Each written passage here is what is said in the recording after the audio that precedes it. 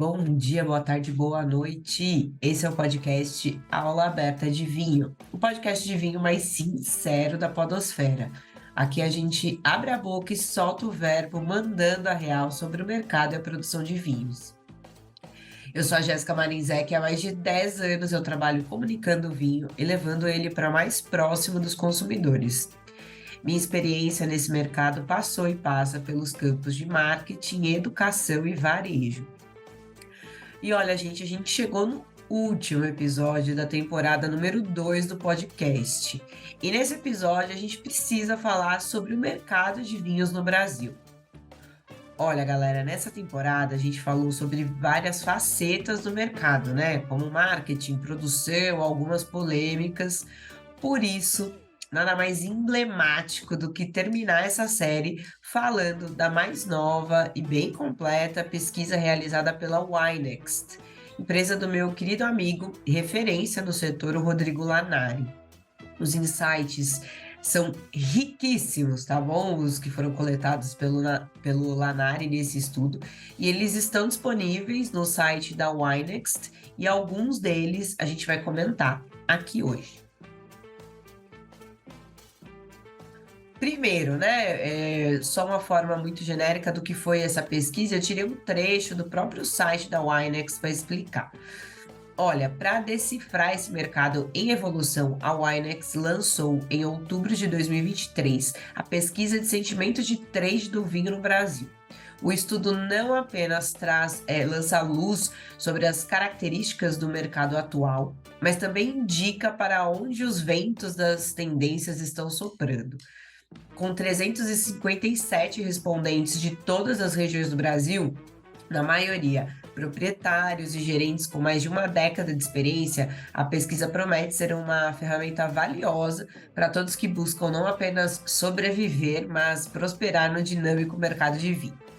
Gente, eu fui uma das primeiras a responder a pesquisa e preciso dizer, estava bastante completa, viu?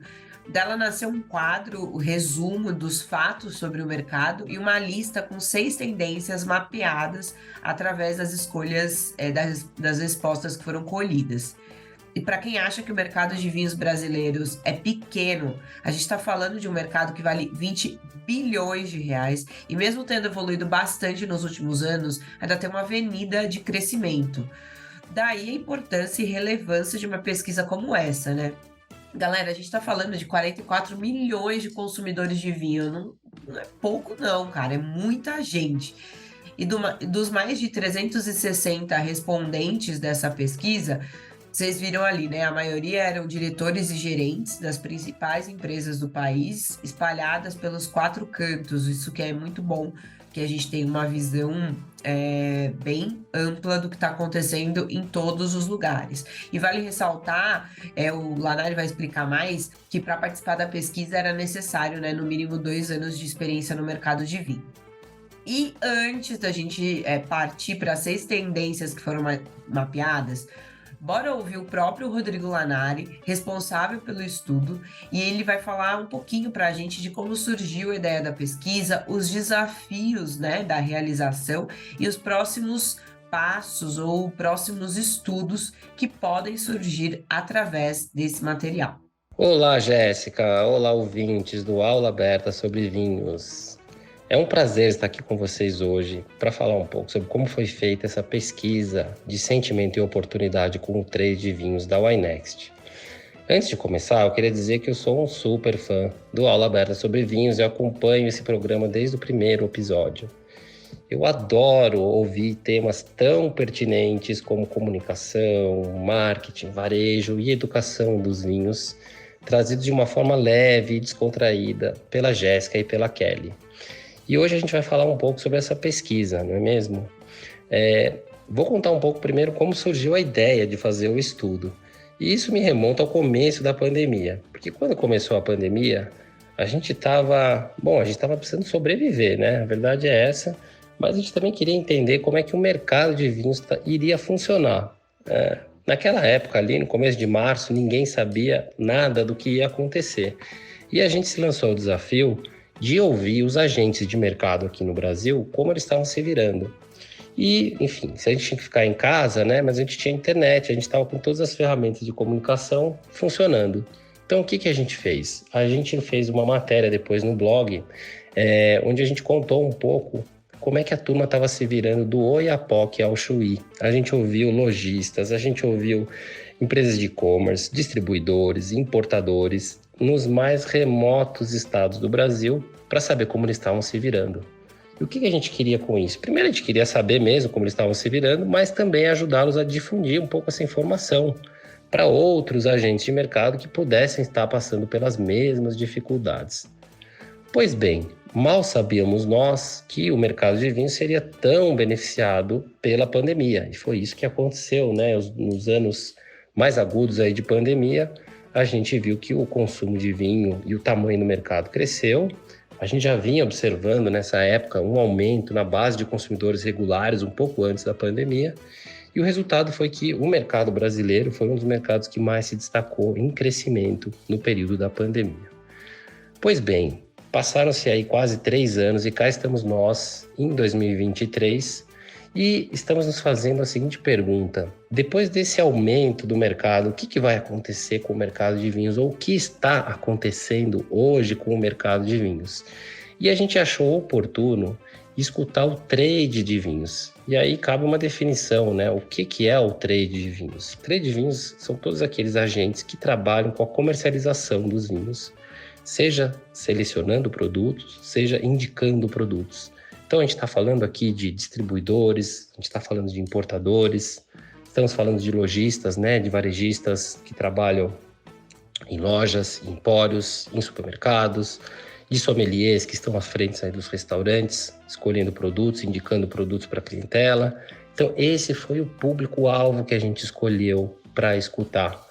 E é um público tão relevante no mercado tão fragmentado quanto o vinho, onde a indicação de produto é extremamente relevante na escolha do consumidor. Pois bem, e quais foram os desafios de fazer um estudo desse? Gente, o primeiro desafio, e é um desafio não nada pequeno, é você definir a representatividade da amostra, ou seja, você escolher um universo de pessoas que possa representar um público bem maior. E para isso a gente tem que usar de alguns critérios, né, para definir quem que a gente vai ouvir nessa pesquisa.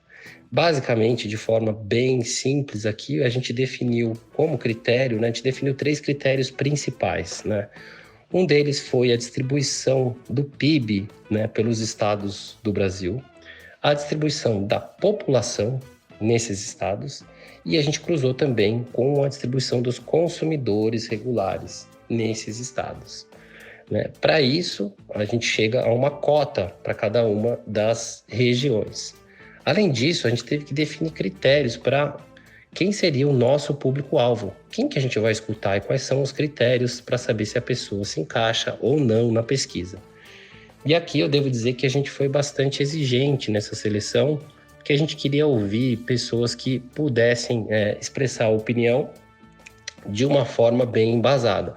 Então, o que a gente definiu como critério foram profissionais que trabalhassem pelo menos 2 anos no mercado de vinhos, com seleção ou indicação de produtos, né? E que residissem também em território brasileiro, tá? Foram esses os critérios que a gente usou.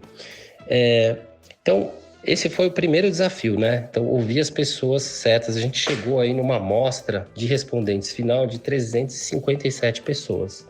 Devo dizer que a gente teve um engajamento de mais de 1.000 pessoas, mas tivemos que fazer esse funil para chegar na cota dos respondentes. O segundo desafio, que também não é fácil, é desenhar o questionário, né? Ou seja, o que a gente estava querendo ouvir e como é que a gente desenha, né, essas perguntas de forma que a gente consiga ter a maior quantidade de insights possível, que seja de uma maneira fácil, né, de entender, de responder, que as pessoas não abandonem a pesquisa no meio. Então, a gente contou com a colaboração de alguns profissionais do mercado, e aqui vai um spoiler, a própria Jéssica nos ajudou na concepção deste questionário, fizemos alguns testes aqui para ver como isso estava funcionando e devo dizer que também foi uma etapa bastante cuidadosa aí do processo para que a gente chegasse numa pesquisa correta, interessante e fidedigna. Depois disso, gente, um outro desafio não menor é coletar a informação, não é fazer com que as pessoas respondam. E para isso a gente contou com a preciosa colaboração e ajuda da nossa rede de contatos no trade em todo o Brasil. Lá no e-book a gente inclusive menciona algumas das pessoas que nos ajudaram a fazer esse estudo. Um outro desafio da coleta é fazer essa informação no menor tempo possível. Se a gente deixa a pesquisa aberta durante muito tempo, o que acontece? A fotografia pode mudar, então ela fica menos fidedigna também. Então, a gente fez a coleta da informação toda no prazo de 2 semanas, né? Imagina, por exemplo, no caso do trade, a gente tomou o cuidado também de fazer tudo ao longo do mesmo mês. Às vezes você tem um mês que é muito bom, isso pode influenciar na sua percepção. Às vezes você tem um mês que não foi tão bom, também. Então a gente coletou a informação num tempo mais curto possível. Bom, quem quiser saber mais do estudo, eu acho que a Jéssica vai trazer aqui alguns insights super bacanas, super relevantes, mas vocês também podem acessar o e-book, né? Lá no site da YNext, vocês deixando os dados, vocês conseguem acessar o e-book. E se você é profissional do mercado e quer participar, fica aqui o convite para a próxima edição. Nós teremos uma edição no futuro, em que os dados vão ser ainda mais interessantes, porque a gente vai poder comparar a fotografia em 2 momentos, então ver como é que essa informação, essa percepção evoluiu. E se você é profissional do mercado, tem uma empresa e quer conhecer mais a fundo os resultados, a gente também tem o relatório mais completo, no qual a gente traz um cruzamento de informações, né? Então, por exemplo, nesse relatório a gente consegue entender mais como é que foram as respostas por região geográfica, por tipo de empresa, por perfil do respondente, né? Muitas vezes se ele é um proprietário da empresa ou se ele é um gerente, por tipo de canal de empresa, e a gente entrega essa informação de maneira customizada para quem se interessar. Para isso, basta entrar em contato com pesquisa@ynext e vai ser um prazer trazer mais informações para vocês. Então fica aqui o meu muito obrigado, um brinde ao Aula Aberta sobre Vinhos, um beijo para Jéssica, para Kelly e para todos vocês. Tchim, tchim. Bom, gente, o áudio do Lanari foi quase uma mini aula de como montar uma pesquisa, né? Então, além disso, já fiquem aí com essas dicas para você que quer fazer uma pesquisa com seus clientes, quer começar a se aventurar mais, ele realmente sabe muito. Olha, pessoal, com 44 milhões de consumidores regulares e mais de 700 importadoras ativas, o primeiro insight da pesquisa de trade realizada pela YNext, trade, quando eu falo trade, eu estou falando das pessoas que compõem o mercado, né? É que a galera tá otimista pós-pandemia, tá? Muitas dessas pessoas estão pensando em expandir seus negócios, assim como estão esperançosas por um bom 2024. Numa conversa que eu tive com o Felipe Galtarossa, da Ideal Consultoria, faz uns dias, essa esperança do crescimento do mercado também está mapeada pela Ideal. Então, 2 empresas mapearam essa boa expectativa, essas boas esperanças aí de crescimento para 2024. Lembrando que o mercado deu uma barrigada depois da pandemia, né? A gente teve aquele super pico, aí deu uma queda, mas para 2024 foi mapeado tanto pela YNext nessa pesquisa, como pelos estudos da Ideal, que 2024 há chances de nós termos um melhor mercado em níveis de venda, né? Lembrando que o mercado é composto por várias atividades e venda é uma delas, né? O mercado não é só venda. A segunda tendência mapeada pelo estudo da YNext é o crescimento do vinho nacional.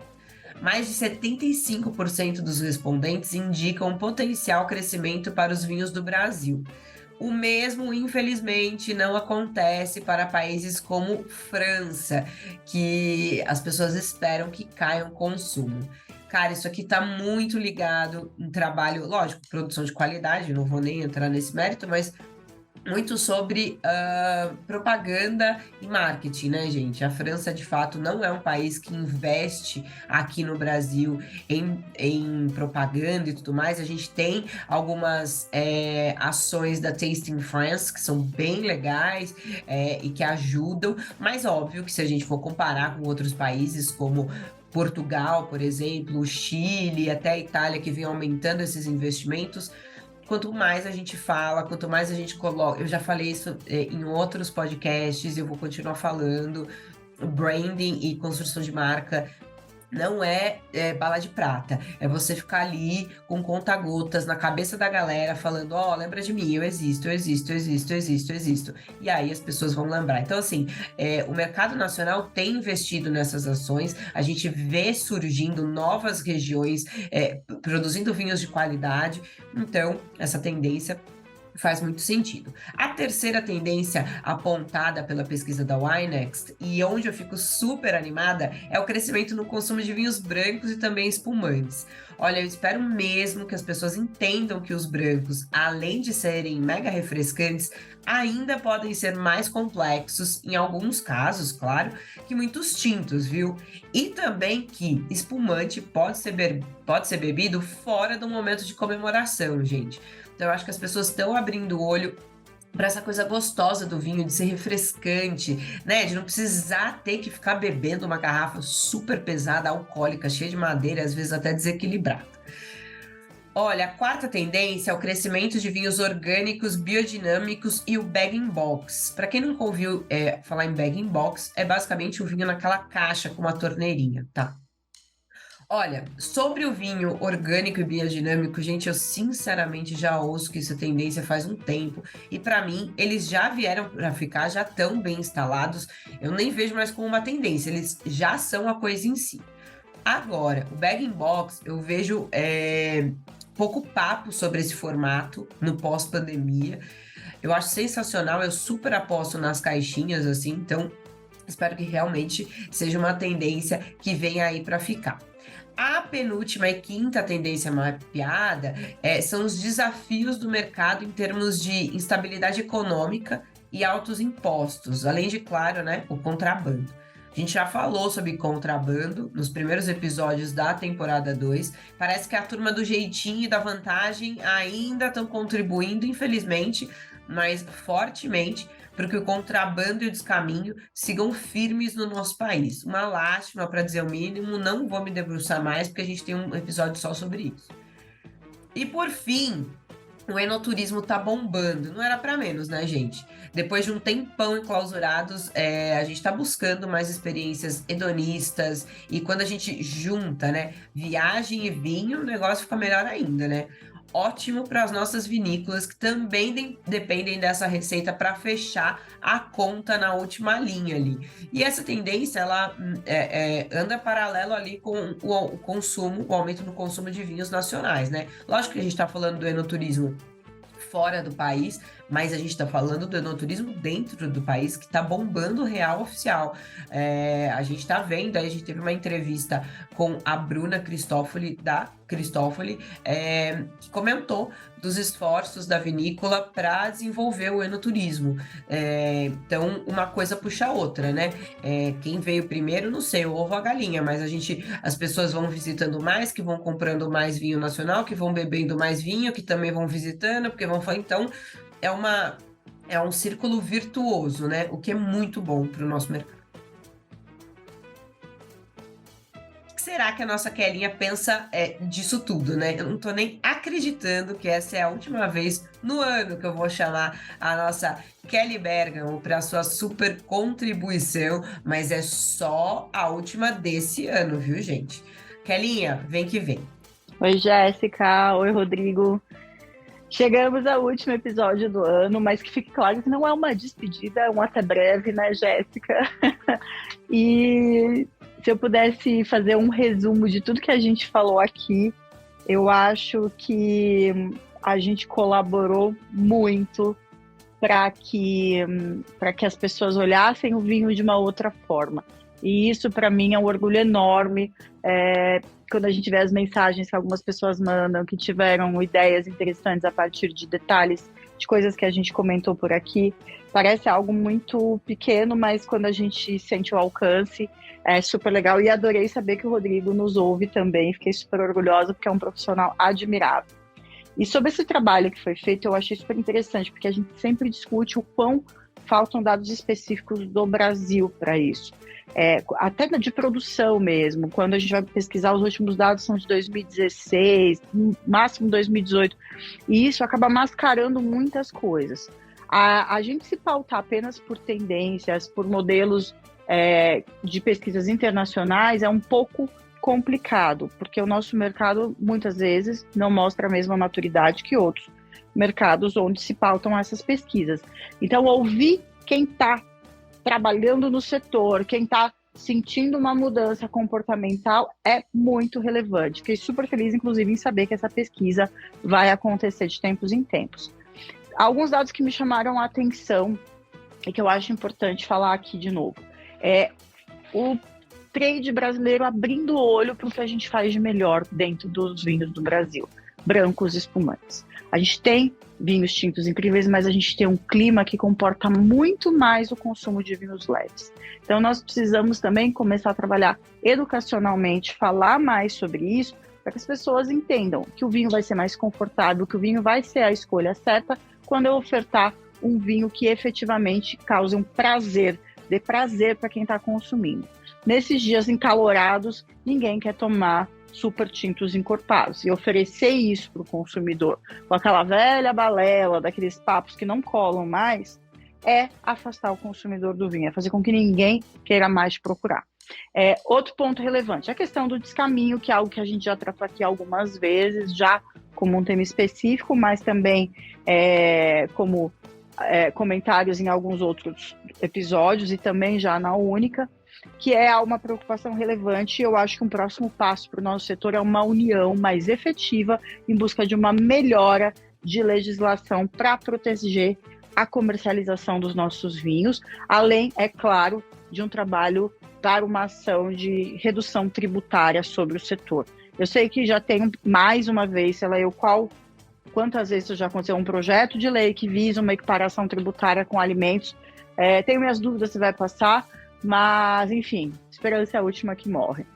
E eu acho que, no geral, o que a gente tem que tirar de proveito efetivo dessa pesquisa é o seguinte: todos esses dados são extremamente verídicos sobre a nossa realidade no Brasil, mas não se interpreta dados de pesquisa como uma verdade absoluta. Nós temos que fazer a apropriação disso para o que melhor funciona para o nosso modelo de negócio. Não existe fórmula secreta, o Brasil tem muitos países dentro dele, então é importante que essa interpretação seja feita de forma com que você adapte isso da melhor forma ao seu negócio. E, por fim, é importante falar que a gente é super fã do bag-in-box e estamos torcendo para que esse movimento realmente engrene.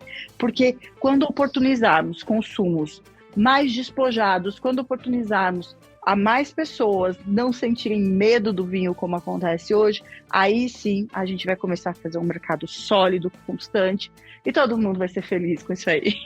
Obrigada, Jéssica, pela oportunidade mais uma vez de conversar com vocês.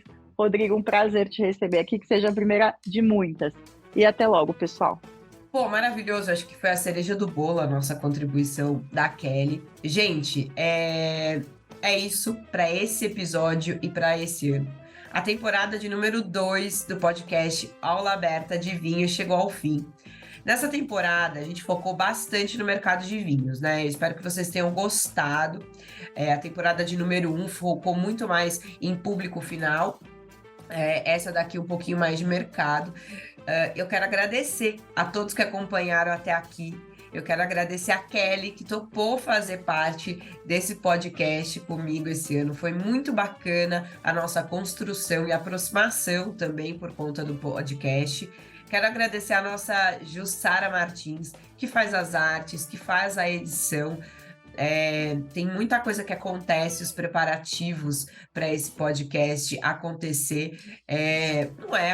Não é super complexo, também não vou ficar aqui enfeitando o pavão, mas a gente tem etapas, né? A criação do roteiro, a conversa sobre os temas, a criação do roteiro, os áudios, as edições, as artes, né? Pensar mesmo essa lista de temas. Ano que vem a gente volta com mais. Nós teremos a temporada de número 3 do podcast, mas vai ser em novo formato. Eu tenho certeza que vocês vão gostar.